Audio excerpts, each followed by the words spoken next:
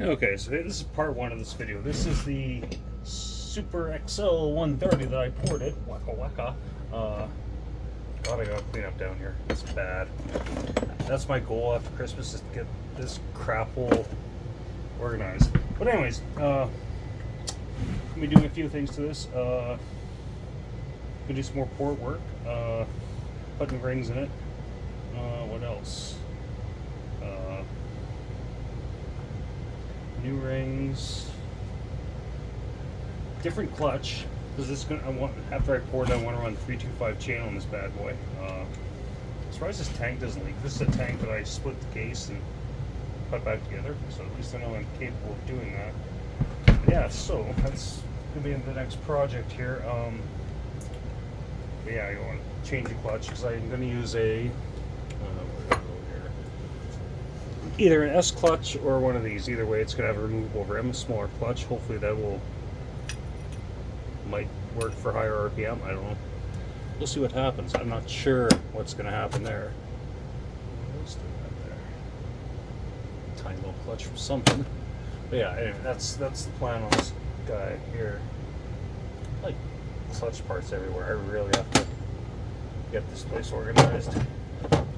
But anyways, yeah, so that's the plan. Yeah. So I'm going to get to taking this thing apart and then bring you guys back. Okay, before the rings and stuff, I just want to do a compression test. When I first put this thing together, if I recall, it was at 150 or just below.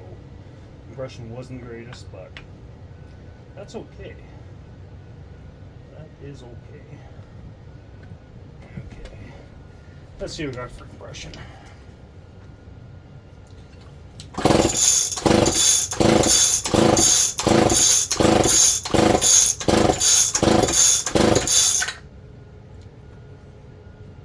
So yeah, we're right at 150 psi, which isn't bad, but I think it could be a little better. At least that's my thoughts on this. And then yeah, so these saws come apart pretty dang easy. Excuse the language. Got that over there. Let's get the starter cover off.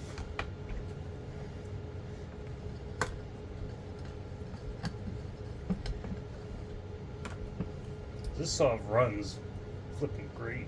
There's no issues there.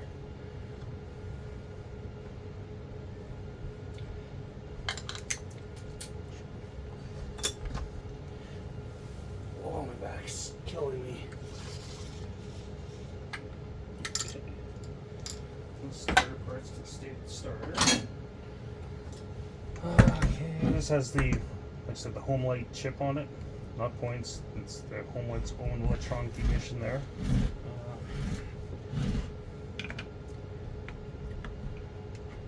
I'm able to find a wrench in my master. There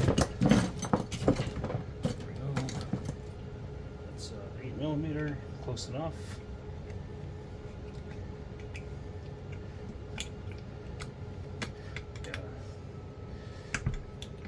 Taking these apart so many flipping times.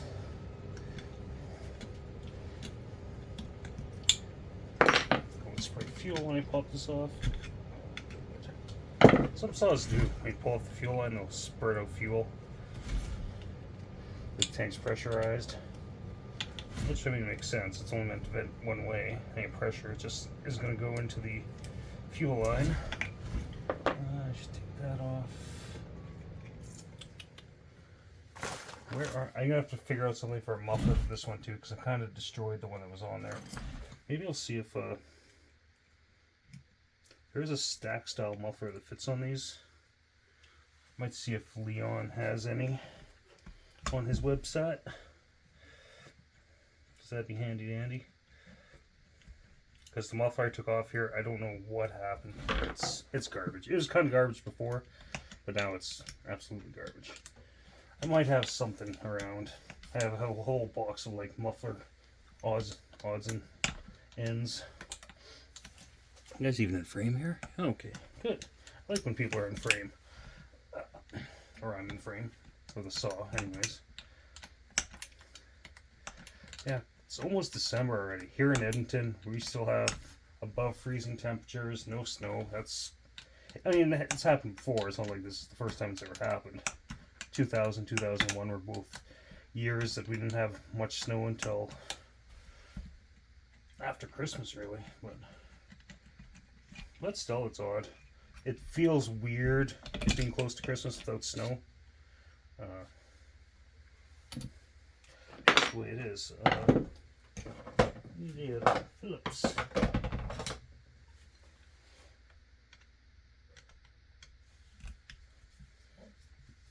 Guess I could be using the impact on this.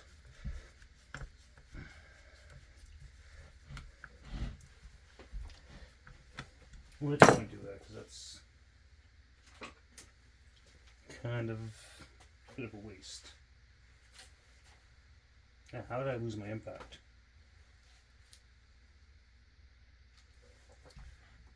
Oh, jeez, right there. Right in front of my eyes.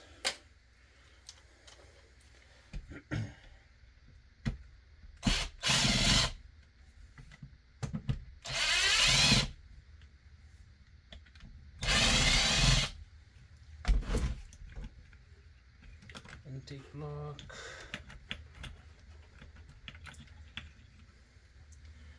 Intake block. Reed cage. Pop that out now. Hey, of course. Of course, they all fell out. Put that all back together correctly. It's not hard. Only going one way. Although one time I had a saw before I had ended up with way too many of those where I actually lost the pedal. I actually made a new one out of a piece of pop can. I seen someone at House Homelite do that and they said it worked, and you know what? It worked just fine. I sold that saw. It's still a perfectly functional saw. Okay, that off. I find these easier to work on than like the homelite Super XL or like the Super Easy, Super Mini, whatever you want to call them, depending what side of the board you're on. Because up here we never had the Super Easy, it was called the Super Mini, and the regular Easy up here was called the XL1. Same saw, it's just different name for whatever reason Homelite decided. Now their dog's going nuts. Whoa, back again, Jesus. Okay, so get these oil lines off. This one's leaking a bit. I'm gonna have to investigate that a bit. The saw itself oil is perfectly fine. Ain't nothing wrong with that. I think these Homelite oil pumps on these things they're pretty foolproof. I mean, I'm sure they can get gummed up over time, but I've never really had an issue with one. I'm sure people have. But the times I had issues with them weren't so much the pump, where somebody used something funky, maybe like vegetable oil, and after time became rancid and kind of like turned into gel almost, and that will clog the lines. I think I have a video somewhere where I'm like cleaning out a Super Mini, and it was nasty. It was running wire through the lines, and just this gelatin ooze was coming out. It was really weird. Got it working though. Okay, a little more there. Okay, hardware for that there. Maybe I'll clean this a little better too before I put it back together, because when I did do this I kind of just slapped everything together because I didn't know what I was going to do with that saw. Phillips? It's kind of hard to see. I'd say it's dark down here, but I think I'm getting to the point where I almost need reading glasses.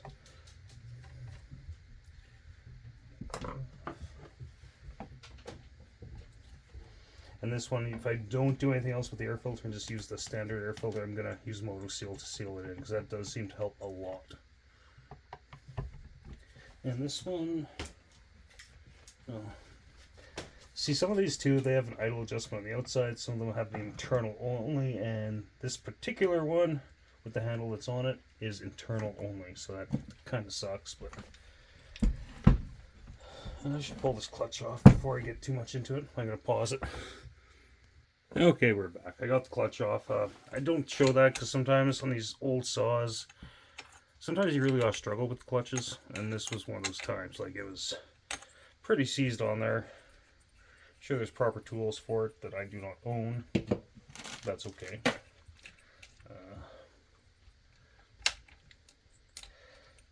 But I at least want to, for the video today, show you what I did to the cylinder before. I actually blind ported it too. I just kind of like, got really excited with the Dremel and just started doing stuff. Did it work? I would say so. It runs better than the stock one. I do want to try and find something different for a carb to get away from the governed carb on here, the HS that's on here. So I'll see what I got, see what I can make work. I got a lot of other carbs around here. An HS26 would be good, but that I don't think I have. Oh, that's hard to let back. Oh, just stop dropping crap. Again, my little modified wrench for doing this stuff. So that's what's one thing with the Pioneer. The Pioneer used more modern design where you got the bolts going through the head instead of just studs and nuts. I find it always better, easier to get the nuts off than put them back on.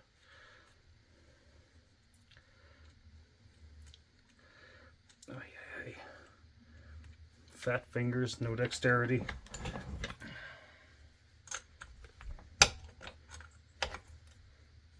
One thing, working on vehicles, back when I used to drive crappier vehicles, one time I had a 97 RAV4, I had changed the timing belt on that thing.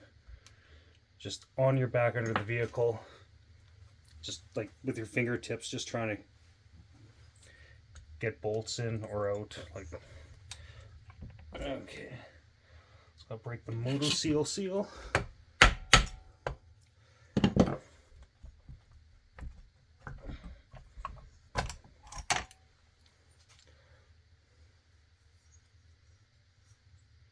Everything looks normal in there. This piston wasn't the nicest either.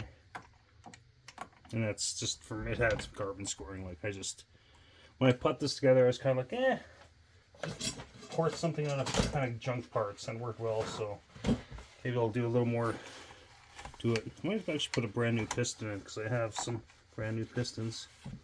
There are some scoring marks here that look kind of new. I wonder if that's from sawdust getting in. I mean, it's just like polished. It's not actually deep in there. But anyways, what I did to the cylinder. Let's turn the light here. Gotta zoom out because. Okay. So I increased and polished it or anything. Like I said, this was a really half-ass spur of the moment job. I raised the exhaust, widened it a bit. Didn't do much to the transfers, opened them up a bit. But I added this back port in. Yes, it looked like I had a stroke doing it, but it's just a shallow cavity, and it's higher than the regular transfers. And the point of that, I saw Novice Lumberjack do that in one of his videos, where it's just to help a little boost to help get the exhaust out. Not really meant for the fresh charge to come in. That's what the transfers are for. But either way, I'm gonna do some more work to the cylinder. New rings for the piston, but I actually have a new piston I could use. It's from a, what's that piston from? Is that? That's a Super XL piston. Where the hell did that one come from? No, that's an XL12 piston. Okay, that makes more sense. Anyways, from this brand new cylinder I have for a homelite Super XL, brand new piston. So yeah, I'm thinking, I don't know what those polish marks are from, because now I'm kind of worried, because this piston was a really good piston. But I do have this one I can put in. That That should do the same job, but I might keep the old one and just put rings in it. If I'll fit some Husqvarna 55 rings, because that works quite well. What else? But I'm still... like, what was rubbing there? There's some transfer left over there, because there's nothing... It's kind of weird, actually. So that would have been on there like that. There's nothing in the cylinder. Cylinder is smooth as can be. It's weird. It's kind of weird, but whatever. Maybe that's just from sawdust getting in, and that's that.